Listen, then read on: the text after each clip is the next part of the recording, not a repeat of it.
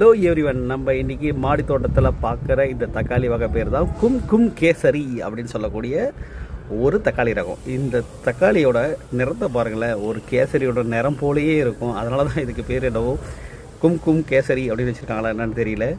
இந்த தக்காளி நம்ம மாடி தோட்டத்தில் நிறைய போட்டு விடுவோம் வருடம். போன வருடம் ஆனால் நம்மளுக்கு பெரிய லெவலில் இந்த தக்காளி வரல. இந்த வருடம் நம்ம மாடி தோட்டத்தில் பிரமாதமாக நிறைய இடத்துல வர ஆரம்பிச்சிருக்கு.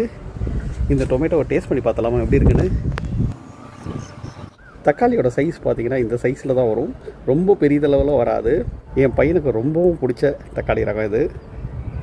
அப்படியே எடுத்து சாப்பிட்டு பார்ப்போம் எப்படி இருக்குன்னு. சூப்பராக இருக்குது தக்காளியோட டேஸ்ட்டு.